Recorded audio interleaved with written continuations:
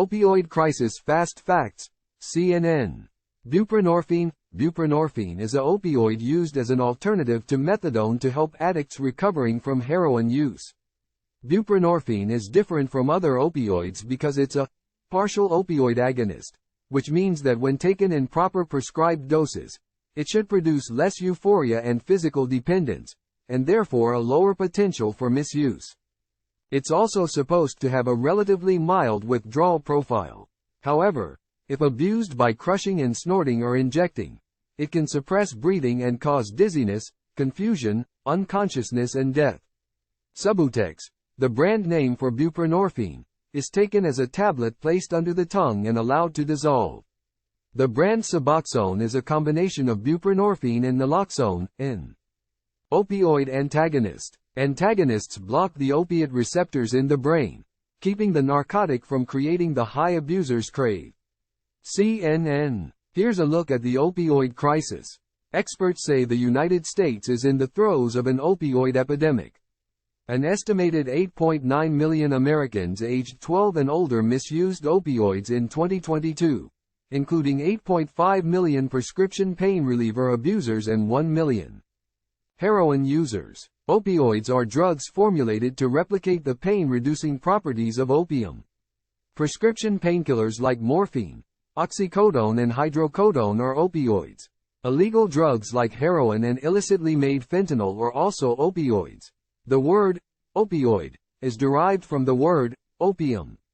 Overdose deaths have been on the rise for years in the United States, but surged amid the COVID-19 pandemic. Annual deaths were nearly 50% higher in 2021 than in 2019, CDC data shows. Data on overdose deaths. Prescription opioid volumes peaked in 2011, with the equivalent of 240 billion milligrams of morphine prescribed, according to the market research firm, IQVIA Institute for Human Data Science. Alabama, Arkansas, Louisiana and Tennessee had the highest opioid dispensing rates in 2020. Common opioids. Opioids such as morphine and codeine are naturally derived from opium poppy plants more commonly grown in Asia, Central America and South America. Heroin is an illegal drug synthesized from morphine. Hydrocodone and oxycodone are semi-synthetic opioids, manufactured in labs with natural and synthetic ingredients. Fentanyl is a fully synthetic opioid, originally developed as a powerful anesthetic for surgery. It is also administered to alleviate severe pain associated with terminal illnesses like cancer. The drug is up to 100 times more powerful than morphine. Just a small dose can be deadly. Illicitly produced fentanyl has been a driving factor in the number of overdose deaths in recent years. Methadone is another fully synthetic opioid. It is commonly dispensed to recovering heroin addicts to relieve the symptoms of withdrawal. Opioids bind to receptors in the brain and spinal cord, disrupting pain signals. They also activate the reward areas of the brain by releasing the hormone dopamine, creating a feeling of euphoria or a high. Addiction. Opioid use disorder is the clinical term for opioid addiction or abuse. People who become dependent on opioids may experience withdrawal symptoms when they stop using the medication. Dependence is often coupled with tolerance, meaning that users need to take increasingly larger doses for the same effect. A drug called naloxone, available as an injection or a nasal spray, is used as a treatment for overdoses. It blocks or reverses the effects of opioids and is often carried by first responders. Regulation and funding. The 21st Century Cures Act, passed in 2016, allocated $1 billion over 2 years in opioid crisis grants to states, providing funding for expanded treatment and prevention programs. In April 2017, Health and Human Services Secretary Tom Price announced the distribution of the first round of $485 million in grants to all 50 states and U.S. territories. In August 2017, Attorney General Jeff Sessions announced the launch of an opioid fraud and abuse detection unit within the Department of Justice. The unit's mission is to prosecute individuals who commit opioid-related healthcare fraud. The DOJ is also appointing U.S. attorneys who will specialize in opioid healthcare fraud cases as part of a 3-year pilot program in 12 jurisdictions nationwide. On October 24, 2018, President Donald Trump signed opioid legislation into law. The Support for Patients and Communities Act includes provisions aimed at promoting research to find new drugs for pain management that will not be addictive. It also expands access to treatment for substance use disorders for Medicaid patients. State legislatures have also introduced measures to regulate pain clinics and limit the quantity of opioids that doctors can dispense. Timeline: 1861 to 1865. During the Civil War, medics use morphine as a battlefield anesthetic. Many soldiers become dependent on the drug. 1898. Heroin is first produced commercially by the Bear Company. At the time, heroin is believed to be less habit-forming than morphine, so it is dispensed to individuals who are addicted to morphine. 1914. Congress passes the Harrison Narcotics Act, which requires that doctors write prescriptions for narcotic drugs like opioids and cocaine. Importers, manufacturers and distributors of narcotics must register with the Treasury Department and pay taxes on products. 1924. The Anti-Heroin Act bans the production and sale of heroin in the United States.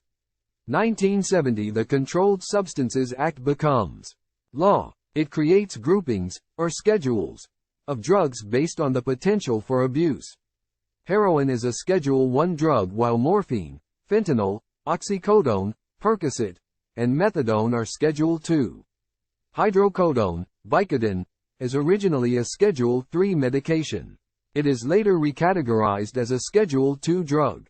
January 10, 1980. A letter titled, "Addiction Rare in Patients Treated with Narcotics," is published in the New England Journal of Medicine. It looks at incidences of painkiller addiction in a very specific population of hospitalized patients who were closely monitored. It becomes widely cited as proof that narcotics are a safe treatment for chronic pain. 1995. OxyContin, a long-acting version of oxycodone that slowly releases the drug over 12 hours, is introduced and aggressively marketed as a safer pain pill by manufacturer, Purdue Pharma. May 10, 2007. Purdue Pharma pleads guilty for misleadingly advertising OxyContin as safer and less addictive than other opioids.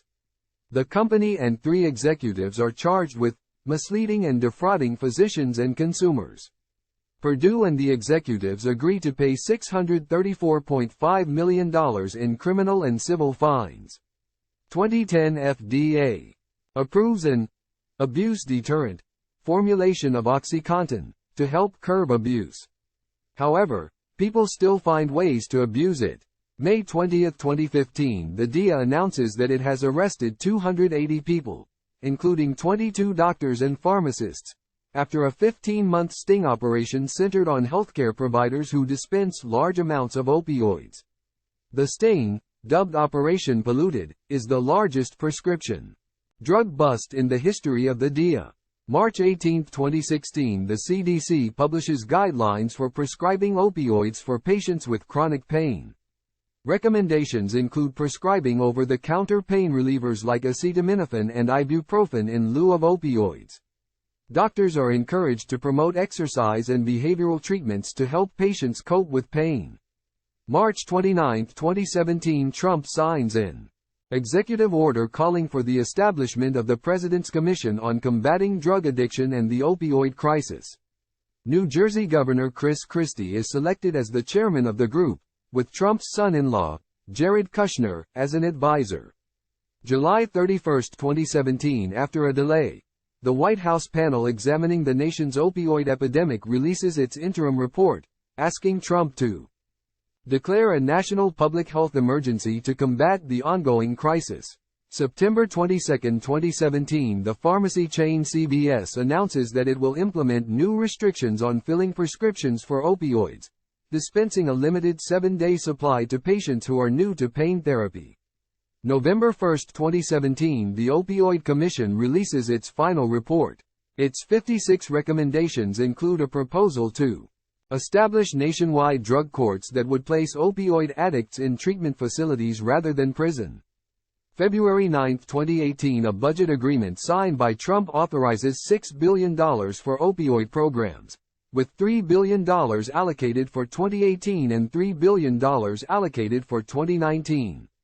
February 27, 2018, Sessions announces a new opioid initiative, the Prescription Interdiction and Litigation, PIL, Task Force. The mission of the task force is to support local jurisdictions that have filed lawsuits against prescription drug makers and distributors. March 19, 2018, the Trump administration outlines an initiative to stop opioid abuse.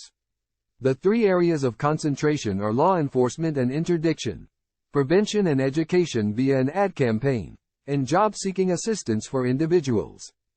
Fighting addiction. April 9, 2018, the U.S. Surgeon General issues an advisory recommending that Americans carry the opioid overdose reversing drug, naloxone.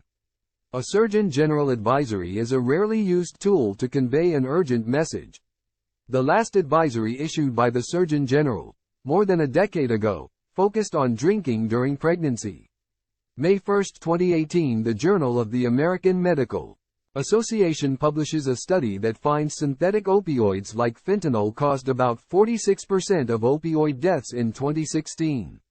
That's a threefold increase compared with 2010, when synthetic opioids were involved in about 14% of opioid overdose deaths. It's the first time that synthetic opioids surpassed prescription opioids and heroin as the primary cause of overdose fatalities. May 30, 2018, the journal Medical Care publishes a study that estimates the cost of medical care and substance abuse treatment for opioid addiction was $78.5 billion in 2013. June 7, 2018, the White House announces a new multi-million-dollar public awareness advertising campaign to combat opioid addiction. The first 4 ads of the campaign are all based on true stories illustrating the extreme lengths young adults have gone to obtain the powerful drugs. December 12, 2018, according to the National Center for Health Statistics, fentanyl is now the most commonly used drug involved in drug overdoses. The rate of drug overdoses involving the synthetic opioid skyrocketed by about 113% each year from 2013 through 2016.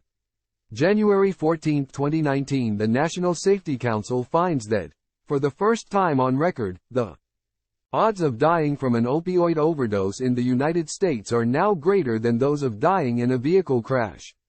March 26, 2019, Purdue Pharma agrees to pay a $270 million settlement to settle a historic lawsuit brought by the Oklahoma Attorney General. The settlement will be used to fund addiction research and help cities and counties with the opioid crisis. July 17, 2019, the CDC releases preliminary data showing a 5.1% decline in drug overdoses during 2018. If the preliminary number is accurate, it would mark the first annual drop in overdose deaths in more than 2 decades. August 26, 2019, Oklahoma wins its case against Johnson & Johnson in the first major opioid lawsuit trial to be held in the United States. Cleveland County District Judge Thad Balkman orders Johnson to pay $572 million for its role in the state's opioid crisis. The penalty is later reduced to $465 million, due to a mathematical error made when calculating the judgment. In November 2021, the Oklahoma Supreme Court reverses the decision. September 15, 2019, Purdue files for bankruptcy as part of a $10 billion agreement to settle opioid lawsuits. According to a statement from the chair of Purdue's board of directors, the money will be allocated to communities nationwide struggling to address the crisis. September 30, 2019, the FDA and DEA announced that they sent warnings to 4 online networks, operating a total of 10 websites, which the agencies said are illegally marketing unapproved and misbranded versions of opioid medicines, including tramadol. February 25, 2020. Mallinckrodt, a large opioid manufacturer, reaches a settlement agreement in principle worth $1.6 billion. Mallinckrodt says the proposed deal will resolve all opioid-related claims against the company and its subsidiaries if it moves forward. Plaintiffs would receive payments over an 8-year period to cover the costs of opioid addiction treatments and other needs. October 21, 2020. The Justice Department announces that Purdue Pharma, the maker of OxyContin, has agreed to plead guilty to 3 federal criminal charges for its role in creating the nation's opioid crisis.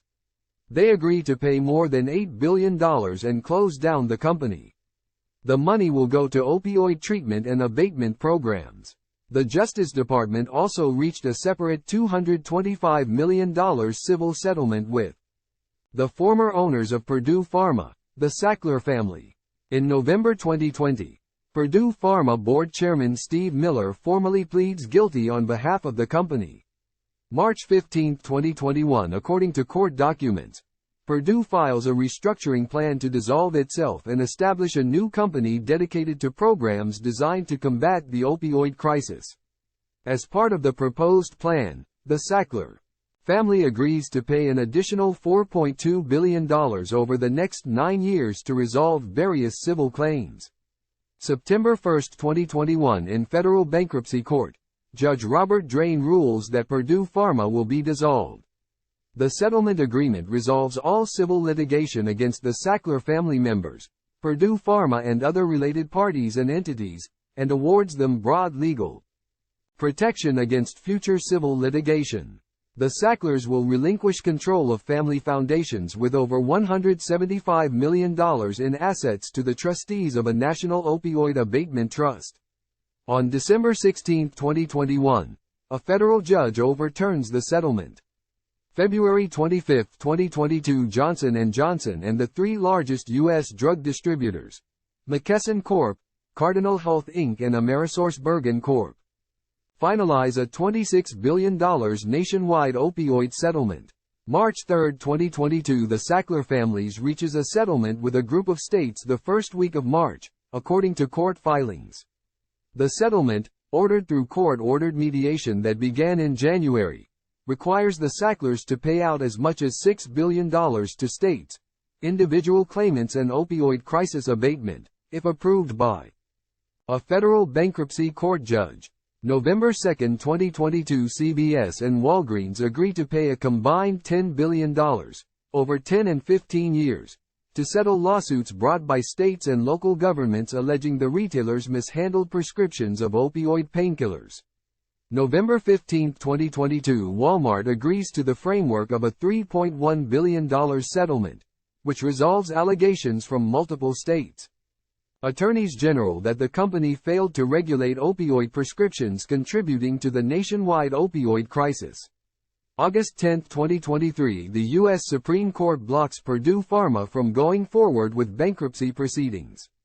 February 1, 2024. New York Attorney General Letitia James announces that for the first time, an advertising company that worked on Purdue Pharma's OxyContin account has settled a lawsuit accusing it of falsely marketing opioids as safe.